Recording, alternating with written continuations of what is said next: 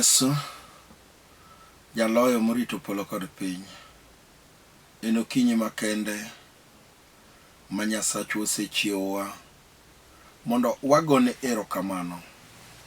Kendo owadwa kata nyaminwa agone Ruoth erokamano kawuono chieng' wuok tich ka Ruodhwa oyawonwa piny ma kendo wayudore e piny manyien, pogo kindwa kod tho. En wach maber mowinjore wagone erokamano. Ang'eyo ni isechiewo kendo ang'eyo ne en ng'wono maduong' ma Ruoth osemiyi. Omiyo an walam Nyasachwa gokinyi mar wuok tich masani mondo nying Nyasachwa oyud duong'. Kendo wawinj ane to Nyasaye kawuono opangonwa weche machalo nade ma Jehova dwan mondo otimore. Kendo an alam kodi Nyasaye. Agoni erokamano Nyasach muma, Nyasaye maber moloyo nyiseche mamoko. Onge ng'ama pimigo.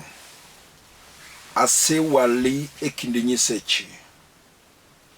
Jehova moyawona thuolo e Lolwe TV ka mondo arom go oganda kod chunje kod ji mathoth mana kod dwaro kod rem. Nyasaye ng'ongo moloyo. Wakaw Lolwe TV gi management gi jotich duto akete lweti. Ruoth migi ngima kendo medgi ndalo. Wakaw thuolo ni mondo aket kuom jowinjo mokaw thuolo mondo giwinj ni Jehova opangonegi ang'o. Nyasaye migi ngima, migi winjo maber kendo iketgi kare. Wakaw thuolo ni mondo alem ni jogo manie safari. Ruoth morito polo kod piny, safachegi akete lweti. Jogi madhi e tich kata gohala kod wuodhe mopogore opogore. Nyasach kwe bedo driver ndara kendo itelo negi. Wakaw thuolo ni mondo alem ni familia mara kod nyithinda dalana. Nyasaye malich en ng'wono ni sechiwa gi joga kendo ok aneno gima rach motimore. Iwinjori kod goyo ni erokamano kod pak. Wiok wil kod piny Kenya gi kinde mag kampen. Nyasachwa Kenya mondo iketie kwe mondo wachni morito polo kod piny oyier viongozi gi jogo duto mowinjore e nying Yesu Kristo. Amen. En mor maduong' jawinjowa makawuono ma Nyasaye oyawona piny to oyawona piny mondo wapuonjre weche moko ma Jehova loso. Kawuono Nyasaye omiya weche moko matin e dwe mwantie mar dwe mar 6 ka. Ji mathoth osebedo kod wasiwasi mang'eny kendo ok giseng'eyo ni Ruoth opanga ang'o. Omiyo wabro dhi kodi mapiyo kuom jogo manena mokwongo kawuono. Nyinga en Bishop Francis Opell mar African Revival Center of East Africa Kayole. Ajalego ajasiaya ajamor. Adake piny Nairobi ka ane Komorok. Nyasaye jang'wono mondo chako duoka ka kawuono gokinyi masani. Ayudora e Lolwe TV ka wuok tich ka wuok tich kochakre sa 12 nyaka 12:30. Erokamano jawinjo monena makawuono seche duto sa 12:30, sa 12 wang'e nyaka 12:30 warom kodi chieng' wuok tich ka wuok tich. Jumapil taromo kodi e kanisa chakre sa 3:30 okinyi nyaka sa 8. Ibro yuda kanya piny Kayole. Ng'wono ma Nyasaye mondo umi ahinya. We adhi e wach mokela ka ma Jehova orago. Nitie oganda moko ma chunygi osebuok kendo paro ma gin go gineno ka gima Nyasaye osejwang'ogi kendo yie ma gin go oselal chutho nikech duoko maggi osebudho kendo masira machielo luwo machielo, lwenje luwo lweny, koko luwo koko. Gionge kod kwe e ngimagi. Gisepenjo kama Jehova nitie kendo gisedwaro ni to ere yo ma Ruoth nyalo romogo kodgi. Wachno osebudho kendo oganda mathoth moko osekier. Ma yie ma gin go olal kendo osiepe oseterogi kuonde mopogore.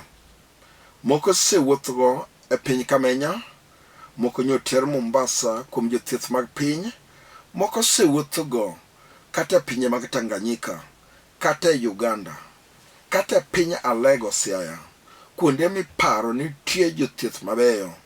Ukambani e piny Kitui, kiparo ni konyruok kod ngima nyalo wuok kuondego.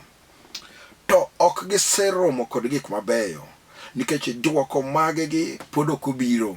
Kata bende gisetemo mago, to onge gima ber mosewuok.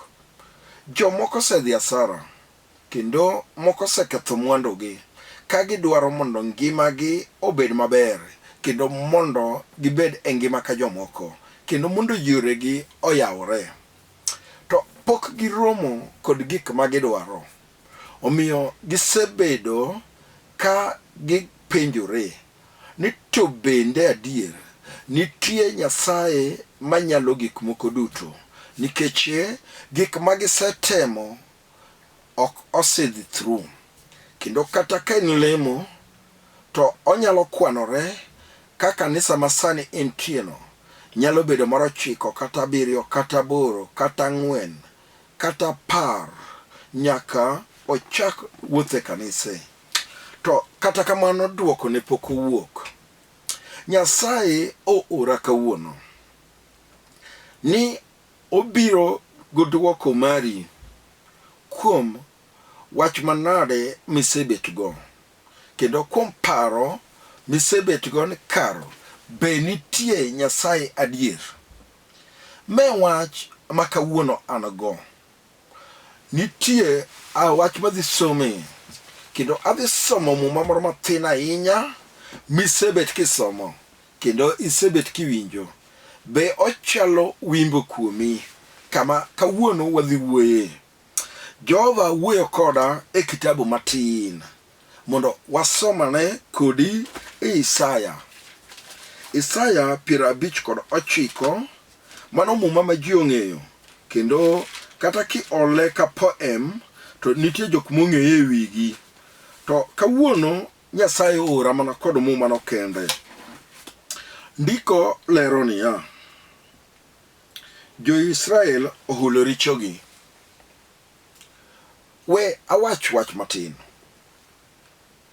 Nitie richo ma ka ng'ato timo to nyalo miyo duoko ne budho, kendo nyalo kawo Nyasaye muda matin kapok ochiwo duoko.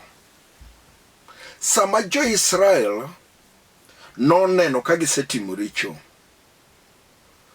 to negiparo ni nitie Nyasaye manyalo duto, ma ka ng'ato timo richo to nyaka oyie kendo dhi e nyim Nyasaye moful richo mosetimo, mondo Jehova ng'wonone, mondo gik mabeyo oyud yo madonjogo.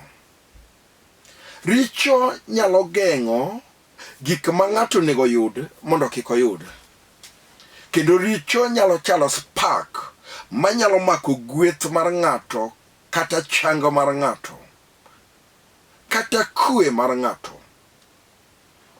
Richo kobet e center, kendo ng'ato kofulo richo mosetimo, to gik ma ng'ato dwaro nyalo budho. Akian be iwinja maber. Jo-Israel ka gineno ka weche koro tek, to chuno mondo ng'ato tim neno ni Jehova. Manok neno mitimo no pastor kata bishop. Be ok en neno mitero ni jodongo kanisa. Ohingo archbishop, neno no hingo cardinal. Ka ng'ato otimo richo, to otimo nende ni Jehova.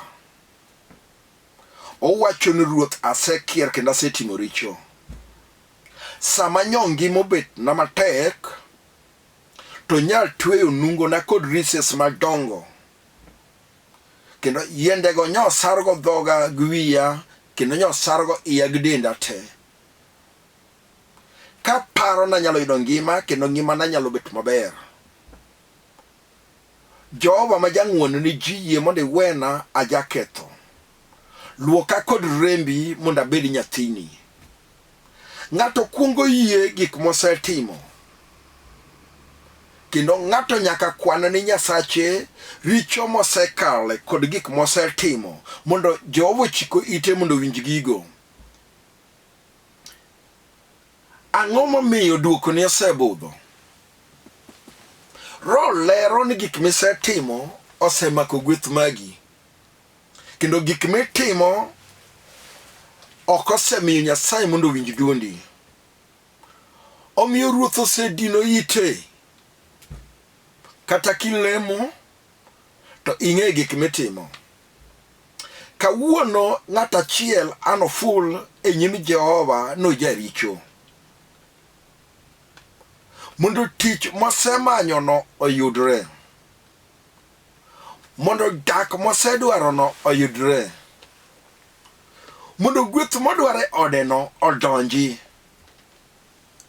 Ing'e gik makata ka puonjo wach Nyasaye to ikane ot, be ikane dala. Kata ka wuoyo kuom wach Nyasaye to inyalo yawo sat. Mine tok lweti kuonde mane osar. Inyalo gonya gogi. Mi wach ni kiwacho adiera ta jaricho. Inyalo kwano ni gin ni Jehova Nyasaye moting'o resruok mari kawuono. Ng'ato nyalo timo mamono ma Jehova kul wiye piny. Ma Nyasacho tamre mondo nene. Nyasacho janyiego moloyo. Ng'at mitiyone no ok en ng'at Jehova, mano jachien. Ruoth janyiego kod ng'atno. Omiyo Nyasaye osekulo ne jomoko wang'gi. Kendo Ruoth ok ting' wang'e kata ka ng'ato ywak. Nyasaye odino ite. Kendo kata kigo uwi to kowinj gik miwacho.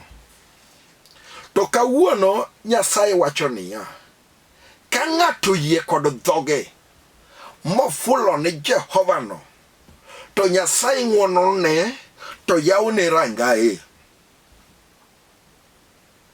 Ang'e neno ma in go. Kendo jok miyudo monego idaggo to gin joma beyo. Mano neno ma kata pastor ng'eyo kata mama ng'eyo. Ni chuo ma Nyasaye osekele nyimi ma kijendego monego mi idaggo. Gin jok manyalo. Moko be nego pesa, moko nigi geche. Moko nigi degree. To ka utemo wuoyo to pach ng'ato lokora loka. Ang'eyo kuonde ma barupeni nitie. Be ang'eyo kuonde ma gininde. Be ang'eyo tich manitiyo mokwongo. Be ng'ama ne thiedhi manoloso ni tijno be ing'eyo. Be iparo gik mamono mane itimo. Nyasaye manyalo gik moko duto ne kaka wuono. Kendo ora nodwa chiko ite. Odwa golo ng'at achiel e bugo. Wetugo kod Nyasachwa no. Mana Jehova manyoreso Shadrach Abednego e mach. Mano Ruoth manyogolo Daniel e bur simbuoche. Nyasaye no nigi resruok.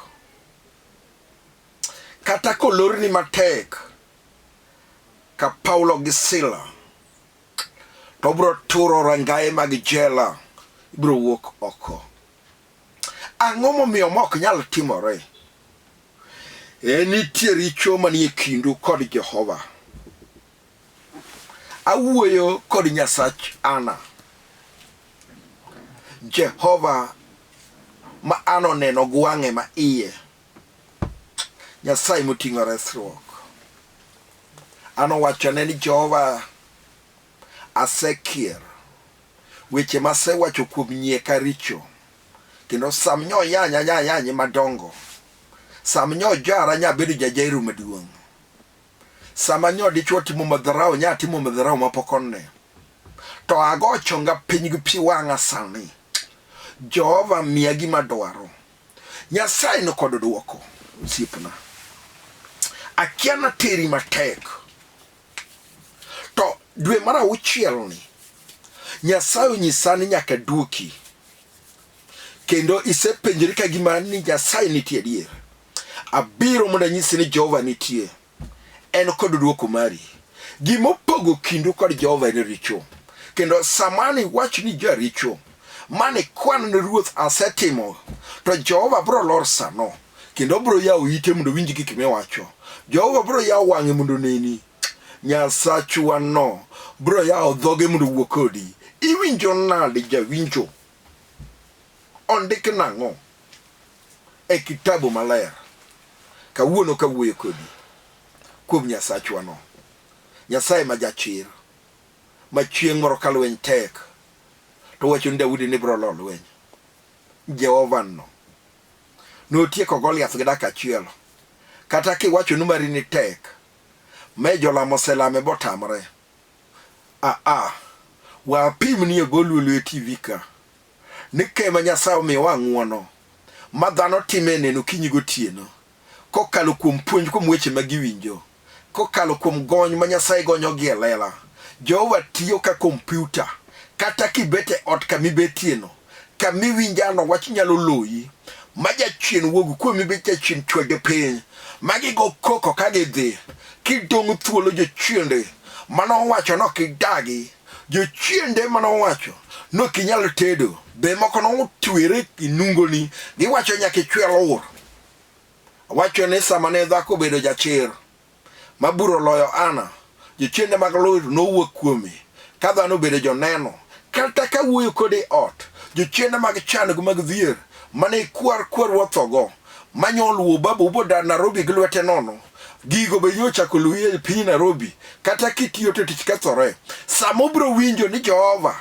nitie Nyasaye manyalo oro ng'at mondiki ne lwete ok chiek obro chopo to muli kamibetie komno to ting'i malo to wacho ni chiende nyaka we tiponi jochiende bro dhi onyalo lweri kata piny pa dakika kata par koloki momo ka jochiende golo kuomi ang'e Nyasaye no dhano ne kod neno kuma wuoyini ka osetimo neno mar Yesu ka jachien odag kuomgi to Yesu aoro Jehova mulogi kama gidakie nyaka ot iwinjo nade jawinjo kawuono iresi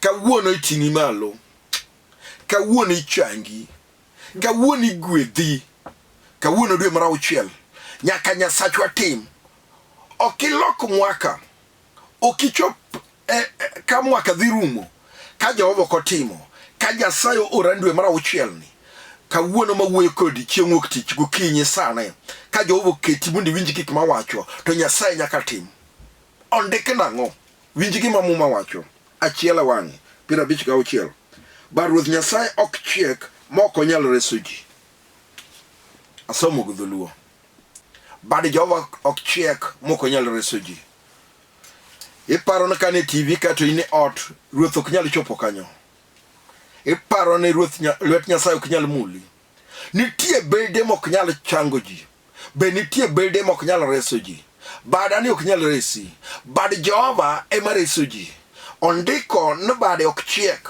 munda pim ne bade Nyasaye ok chiek omiyo bro resi kata kama intieno bade Nyasaye ok chiek osiepna lwet Nyasaye ok chiek nitie lwedo mosemuli mago ok bade Jehova nitie lwedo mono osari mano ok bade Jehova nitie lwedo mono keto ni yath lweti mondo nang' mano ok bade Jehova nitie lwedo mono tweni gi moro nungo ni mondo wuothgo mano ok bade Jehova awuoyo kuom bade Jehova maduong' mamuma wacho no bade Jehova ok chiek moko nyalo koso reso ji idwa resi gi nyithindo go dhako makwe manyo onge odu bedie mirang wang chiegi bi penye no oyo awuoro jachien manyodake odni manyogola bedroom bokela sitting room manyogolo dhako kar nindo botere kar nindo ma nyithindo jachien manyogolo dhako motero modak oko jachien manyodaro dichwe ot madhako kia kumodhiye iwinjo nade ng'at Jehova bad Jehova ok chiek kata ka in e kambi to promotion mari biro ka computer Jehova bade ok chiek odwa resi sani gokinyi bina duwe loro ni dho ot Ruoth dwa yawo dho odno sani awinjo karo ma Nyasaye tera nitie jok mireso e dwe mar 6 ka kendo kipogo mwaka to ngimagi nyaka lokre ang'eyo ni chunya nyosetho bo penjo ka be nitie Nyasaye wanyisi nitie Nyasaye be lwete ok chiek odwa resi sani gi nyithindi gi dalau gi mama ukodo weteni Jehova bade ok chiek odwa kedo gi jadui ang'eyo gik muting'a lwete obro tieka dui te nyorundo nyithindo mamoko doke kongo moko kunjre gi jowetegi nyathi wuotho ma kuwuok kinyi to duogo saa 4 otieno kia kuma nyathi dhiye oduogo komero madho nyasoro madho gik moko tiyo gi dawa ya kulevya moko nyo tere tich jochienda nyo ogolo tich ta wacho ni ya bade Nyasaye ok chiek kata kiwinja ka in dala to nyathini e piny Mombasa Yesu ma wan go ni bro chopo kuro kikaw yie mang'ongo bigo ochungi piny bad Ruoth ok chiek obro mule kata piny Amerika kata obed mana Dubai kata obed mana Loka Saudi Arabia kuma nyo nyithindwa manyiri nyo dhi tich Yesu bro donjo e odno mabed Muislamu no kata obed ng'at manade chunye chali jachien okone kaga dhano ang'eyo Nyasaye no iwinja nade osiepna bad Nyasaye ok chiek oko chiek odwa resi bro reso dala kata dala manyose jwang mawicho wilgo matinde jigoni suboi mai wacho na mai dala ni yawa magie mier mane neno dalo rumo bad Jehova ok chiek bro golo nyakwaro moro piny moting' malo machak ger gunda iwinjo nade osiepna dala mano wacho ni gari ok donjie awuoro Nyasaye ma jagweth mangalwete ok chiek ang'eyo ka ng'ato repent bo wacho no oyo ajaricho ma nyathi moro kwano no ng'eyo kata kane pod wang'e ko yepo wuon gi ne wuotho kode kata ka owacho no kwar gi no wuotho kode oneno kitajuoke mano odonje dala go kondni oneno gwen mane ng'ado mamoko ni yiko ka ngima oneno gik madongo kiyang' rombe oneno kaka dhano ne madho remo owuoro gik mano oneno kawuono koyie bogo chonge piny bowacho no oyo akaw mizigo mar dala kawuono ayie bro loya oyie no jaricho to Yesu bro timo kawuono me wach manogo we awuo kodi e ndiko lero niya bar Ruoth Nyasaye ok chiek moko nyalo reso ji bende ite okodino moko nyalo winjo wach to richo e mopogo kindu gi Nyasachu adiera richo emomiyo Ruoth osepando no wang'e mondo kik owinj kwayo lwetu omienore gi remo kendo usemulo richo miriambo bende wuok e dhou kendo leu bende hango wach onge ng'ama donjo ne wadgi e yo makare kata yalo bura gi adiera apako Nyasaye maduong' iwinjo nade ng'at Jehova iwinjo nade ng'at Nyasaye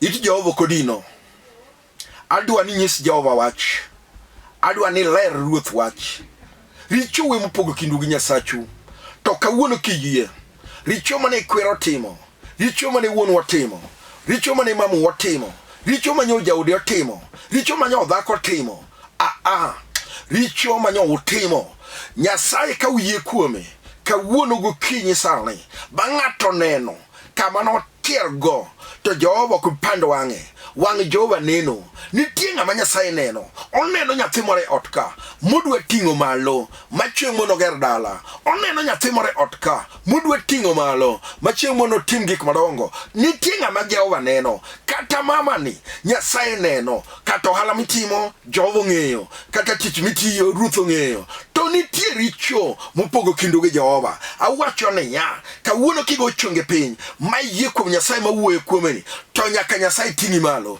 Jehova dwa neni sani. Aneno ng'ama Nyasaye oseneno kendo ng'ama Nyasaye dwa mulo, ng'ama Nyasaye winjo lemone. Aneno ng'ata achiel mawacho no oyo gimiwacho ni chal gadiera. Ng'ati ni kende ema dwa wuoyo go sani ka chunya dembore moyie kuom Yesu mawacho no oyo abro gochonga piny abro pimo ne Jehova gik masetimo kaka notima gik mane watimo kaparo na timo ber mano kosingo kisingo sani miyie sani machunya dembore to nitie lokruok nitie gweth nitie ngima gik midwaro yudore sani. Iwinjo nade wadwa kata kibet piny iwinjo nade nyaminwa kata kibet piny iwinjo nade osiepna kata kibet piny wachni donjo ni nade.